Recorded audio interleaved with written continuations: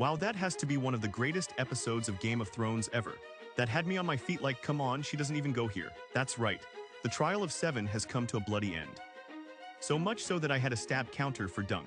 And by the end, I was like, it's just a flesh wound. There's a lot to cover in this week's episode, from Dunk's origin story, some clues on why Sir Arland is drunk all the time, and did Prince Mar purposely try to kill his brother. And because this battle is so quick, we'll be taking a look at the background to see some of the other fun little details that happen. All this and more will be discussed, but please note there will be no spoilers beyond this episode. Before we begin, I write, edit, and produce these videos all by myself.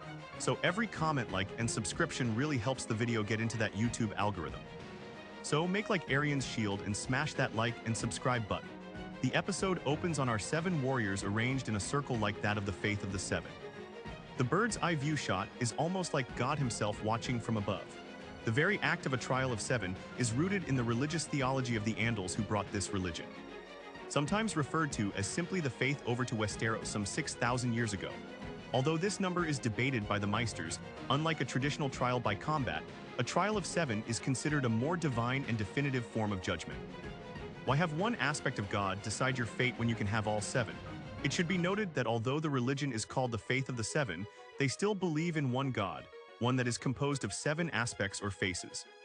And you'll hear them use the word gods, even though technically it's only one. The gods will let us know. On paper, the Targaryens have followed the Faith of the Seven since Aegon's conquest over 200 years ago. He knew that it would be easier to rule the 7 kingdoms and receive support from the High Septim if they converted from their Trajal. Behind the scenes, though, the Targaryens maintained several of their old religious customs, such as incestuous marriage.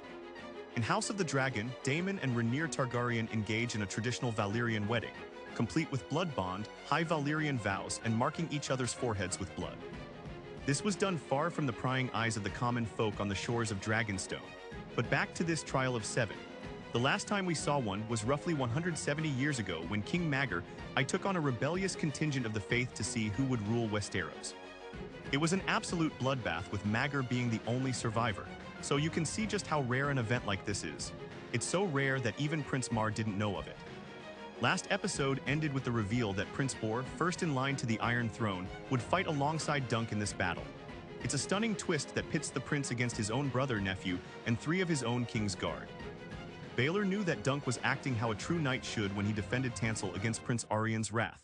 He also saw that Aryann's actions, not only against Tansel, but by piercing Sir Humfrey's steed a day earlier, an action that caused the people to storm the arena, left a stain on the Targaryen reputation. So by joining the accused, he's attempting to prove that the crown stands for justice, not just the whims of princes. Finally, as Bor himself will note, joining Dunk severely handicaps the other team. 3 of Prince Aryann's men are members of the King's Guard, and the King's Guard are sworn to harm royal blood. Thus, Bor can spend his time fending them off while they have no recourse. Rising questions whether this is honorable, to which Bor says the gods will let them know. For reference, the 7 members of the accusers are Prince Aryann, Prince Mar, Prince Daeron, Sir Steffon Fossaway, and the 3 members of the King's Guard, Sir Roland Craw, Sir Donald of Duskendale, and Sir William Wild. On the accused side, we have Sir Duncan the Tall, Prince Bor, Sir Lionel Baratheon, Sir Raymond Fossaway, who was Ned only minutes ago, Sir Robin Rissling, Sir Humphrey Beesbury, and Sir Humphrey Harding. Each member of the accused has their own reason for fighting alongside Dunk. These range from honor, revenge, and even love of the game. Thankfully, Prince Bor takes charge, telling them not to panic, keep formation, and hold onto their mounts as long as possible. A traditional joust is composed of 2 parts: the tilt, in which competitors try to dismount their opponent on horseback with lance, and then melee combat. You want to remain on your horse as long as possible. The sheer weight of armor, on average between 60 to 100 pounds, can lead to exhaustion within minutes. Unlike a traditional jousting match, a trial of 7 has no point system to determine the winner. The trial is over once one side is either killed, yields, withdraws their accusation, or is incapacitated. Keeping your cool is easy for veterans such as Humphrey Harding. He calls Duncan Raymond green as they puke themselves from anxiety. Dunk had already been puking a few days ago when he thought he was going to fight. And why have I been vomiting all morning? Remember that Duncan and Raymond have never really tested themselves, at least not on this scale, and against some of the best trained knights in the kingdom. Before the battle, Lionel makes a rather odd remark about Baelor's mom loving him best. Mother loved you best, huh? Prince Bor is the son of King Daeron II and Mariah Martell, the eldest daughter of the Prince of Dorne. While there's no explicit mention that Mariah loved Bor more than his other brothers, Prince Mar makes clear his resentment at the amount of attention his brother got over him, with the book stating that he was ever in the shadow of his eldest brother. Bor is also the only one of Mariah's children that has black Dornish hair, not the traditional Targaryen silver. So, when Lionel says it's a shame his mother loved him best, he's insinuating that Mar will fight more fiercely due to years of pent-up resentment. It also foreshadows and gives context to what happens to Bor at the end of the episode. It's safe to say that Dunk has completely changed his position on Egg. From a kid he initially wanted to go away, he's now saying he best be here when he gets back. He'll even do a call back to episode 2, threatening to hunt him down with his dog if he runs off. "You best be here when I come back. You best be here when I get back." Enough. Proceeding over the trial is a Septon from House Ashford. Septons are priests of the faith of the Seven, and considering this trial's religious element, it makes sense he kicks it off, stating that the Seven will peer inside our mortal hearts to find the truth. He'll invoke the aspect of the warrior to grant victory to the innocent and reveal the falseness of the guilty. Now, the direction of this episode has to be one of the most fascinating aspects of the battle. The director could have easily cut to all the knights battling it out across the battlefield.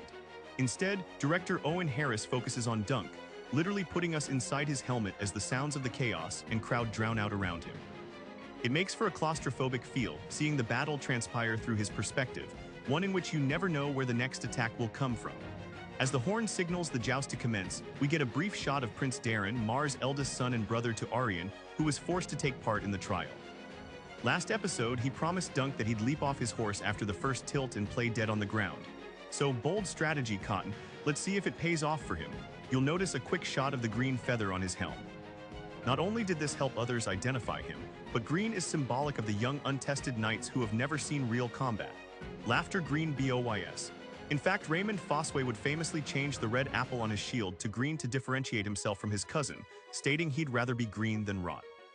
As the horn blares, Dunk hesitates from the stands. Egg yells for him to go, and soon he's off face to face against the bright flame himself. Unlike traditional joust, squires are not allowed to help once a trial of 7 has commenced. This is why you'll see Egg in the stands instead of on the front line. Once a knight's lance is broken, they can remain on their horse but can switch weapons. While Dunk is physically larger and stronger than Aryan, the odds couldn't be stacked more in favor of the young prince. Aryan has the best weapons, armor, and steed one could ask for. That's not to mention the years of training by Westeros' finest warriors. Dunk, on the other hand, has the cheapest equipment and was trained by an old drunk. But as Lord Ashford stated in episode 2, sword and shield do not make a knight. The battle begins with an injury that would surely kill a lesser man. Part of Aryan's lance lodges in Dunn's torso. In the background, we can see a member of the King's Guard beating the out of Sir Humphrey Harding. It's pure chaos and difficult to tell what's going on. But before Dunk can even get his bearings, he's knocked out by Aryan's Morning Star. We flash back 13 years earlier to the aftermath of the Battle of Red Grass Field. This was the final decisive battle in the Civil War that was known as the First Blackfyre Rebellion. It pitted the current King Daeron II against his half-brother, the bastard Daemon Blackfyre. In fact, we'll hear young Dunk refer to him this episode as the Black Dragon. Daemon believed he had a stronger claim to the throne based on 3 major points. First, Daemon was bestowed by then King Aegon IV the Valyrian steel sword of Blackfyre, a blade that had been passed down from king to king since Aegon the Conqueror. Second, Aegon IV legitimized all his bastard children, allowing their last names to be Targaryen by law. And third, there were questions surrounding the legitimacy of King Daeron's parentage, which if true, meant he had no claim to the throne. Long story short, this led to a brutal civil war in which the loyalist forces of King Daeron under the command of Prince Bor defeated the rebellious Daemon at the Battle of Redgrass Field. We can see King's Landing in the background as Daemon was on his way to seize the throne with his army. A young Dunk can be seen scavenging in the aftermath of the battle, picking up pieces of metal to be exchanged for coin. You'll notice a slew of arrows scattered across the corpses of the dead. One of the more significant aspects of this battle was a Brynden Rivers and his elite force of 300 archers known as the Raven's Teeth. Raven is kind of a cheeky name since Brynden Rivers will eventually become the three-eyed raven who we've seen in House of the Dragon and Game of Thrones. In my past videos, I've speculated that he might even be taking forms of people around the Ashford tournament, such as the fortune teller, as he possessed the ability to glamour others into thinking they were looking at someone else. Dunk finds a knight from House Hightower crushed under the weight of his steed. During the Battle of Red Grass Field, House Hightower took half its troops to fight alongside the Loyalists and half to fight alongside Daemon, ensuring that whoever won, they'd be on the victorious side. In fact, in the second Duncan Egg Nola, Sir Eustace Osprey grumbles that if Hightower and Tarbeck and Oakhart and Butterwell had lent us their full strength instead of trying to keep one foot in each camp, it could all have turned the other way. So it's kind of ironic. We have a member of House Hightower here who's now fencing between life and death. It's here we're also introduced to Rafe, a fellow street urchin from Flea Bottom. This is a character who isn't mentioned until the third Nola, The Mystery Knight. The book is purposely vague on Dunn's life at the time. It only states that Dunk hung around 3 other kids known as the Little Monsters, Rafe, Pudding, and Ferret, and that later he'd be saved by Sir Arlen. Anything other than that was made up for the show. We'll hear Rafe mention Ferret and Pudding as they make their journey back to King's Landing. Rafe tells Dunk not to kill the crushed man as he could be used for ransom, but alas, he does not make it. She believes nobles ought to be given some special words upon their death so they don't end up in hell like the rest of them. As we'll see, it's a pretty grim life for the poor of Flea Bottom. Duncan and Rafe make their way back to King's Landing along the King's Road. This is the same road Arya Stark will take on her journey away from King's Landing in Season 2. Rafe has on her a standard Targaryen infantry helm as the two discuss the High Tower man calling out for his mother. The name of this episode is In the Name of the Mother. It has several meanings from Dunn's literal mother, who he never knew, to the aspect of the mother from the Faith of the Seven. In fact, when Sir Arlen saves, Dunk yells in the name of the mother, "Leave that boy be." The aspect responsible for the protection of the innocent. Along their journey, they see a body of House Stokeworth taken along the road. It's possible this is the body of Lord Stokeworth, who 3 years prior Sir Arlen had bested in a battle at a melee at King's Landing. In fact, this is one of the ways Prince Boar is reminded of Sir Arlen of Penny Tree. He overthrew Lord Stokeworth in the melee at King's Landing. Flea Bottom is just as rat-infested as ever as the wounded from battle use the streets as their own triage. This is where they meet a one-handed, corrupt member of the City Watch named Alistair. You might remember it was Daemon Targaryen who once commanded the gold cloaks of the Watch, but this guy's cloak is so dirty it hardly looks gold at all. Alistair isn't in the book, and this whole story of Rafe and Dunk saving up to Flea Bottom was created just for the show. But I like the detail of this guy having one hand. It could mean he lost the other for stealing or even striking a member of the royal family. Rafe and Dunk received 2 silver stag coins for their scavenging, which is the 3rd highest coin denomination in all of Westeros. However, the smith won't take these Blackfire leather straps, which I interpreted as not being welcome in King's Landing. And just a little attention to detail here. I love the man writhing in pain as he's being treated to his wounds in the background. Dunk and Rafe are saving up to leave Westeros for the free cities across the narrow sea in Essos. We've seen such free cities in Game of Thrones and House of the Dragon like Bravos, Volantes, and Pentos. For them, anything is better than the slums of King's Landing. But the thought of Dunn's mother coming back for him gives him reason for pause. A thought which Rafe thinks is stupid. If Dunk wants a family, he can't wait around for it. He's got to go out there and get it. This might be what spurs Dunn to later follow Sir Arlen, the man he'll later call his family. The next morning, we'll see Dunk this goat. He has a love for animals. We've seen him petting his horse and even this rat last episode. It's these small moments that really endear us to him and paint him as a kind of gentle giant.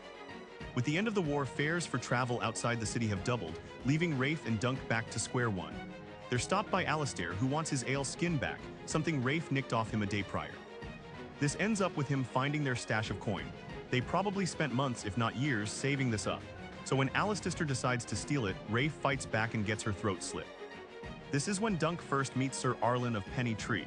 This man is totally intoxicated, and his rescue of Dunk is anything but a good example of professional swordsmanship. It's real, brutal, and dirty, mimicking the literal pigs alongside them. This gets at the root of Sir Arlen's knighthood. He's helping those in need because of his knightly duty. He's not seeking fame or coin.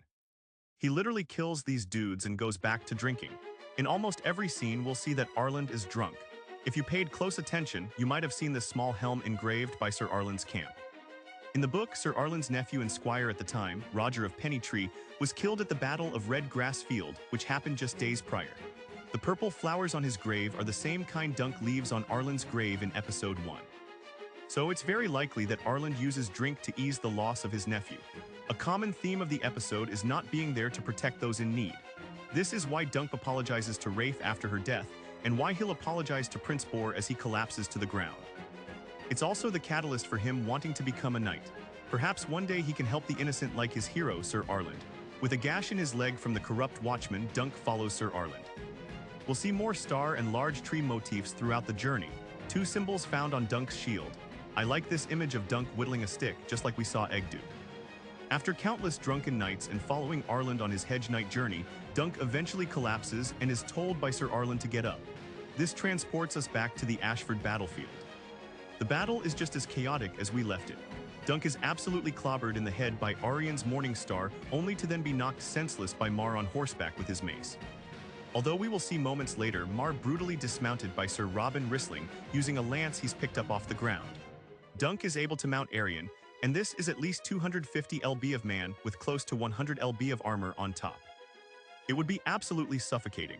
From the stands, Egg watches in horror as Dunk is stabbed multiple times through the body, including his leg and hand. In fact, I counted at least 9 times a blade penetrates his chain mail and into his skin. The dagger used to stab Dunk through the hand is the same one Arian used to smash the walnuts last episode. Also in the stands are Lords Manfred Dendarian and Terrell, both houses whom Sir Arland had served. We'll see that it's our boy Raymond Fosway who knocks Arian off Sir Duncan. Raymond's subsequently pummeled by his cousin Stefan coming from the other side. But I think the turning point for Dunk is this absolutely brutal slash through Arian's unprotected inner thigh. This could easily hit an artery and lead to Arian's death. In fact, Mar upon seeing this calls out for his boy, but he's held back by Sir Robin and Sir Lionel. And check out the broken antlers on Lionel's helm. Dunk is absolutely drained and collapses. Arian calls for him to yield as Dunk nearly passes out. If Dunk is incapacitated, the accusers will win and he will be deemed guilty. In fact, Arian calls out that Sir Duncan is dead, prompting the Hornblower to almost end the trial before the voice of Sir Arland rouses in Duncan the power to get up. Even the entire crowd cheers him on. Dun gets Arian to the ground, and there's something ironic about the shield that's supposed to protect the prince being used to beat him to a pulp. We'll see his helm flip open, revealing his bloody carved dragon-like teeth.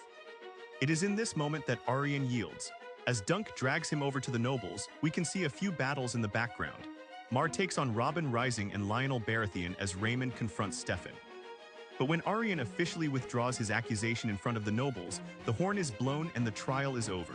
And I love how Dunk just tosses him aside like trash.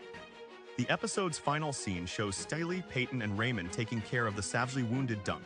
In fact, that initial lance wound drove the rings of this chain mail deep into his flesh, and Steely will need to cut the mail right off him. Although the accused were victorious, they sustained the most deaths.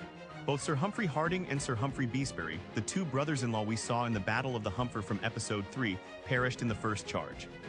In the book, Sir Beesbury is said to have been killed by Donald of Duskendale. Darren is said to have sustained a broken foot after his horse stepped on it, and Sir William Wilde, one of the 3 members of the King's Guard, was carried from the field, unable to feel anything. In walks Prince Bor, and even though Dunk is in tremendous pain, Dunk kneels telling the prince, "I am your man." This is the equivalent of a formal offer of service.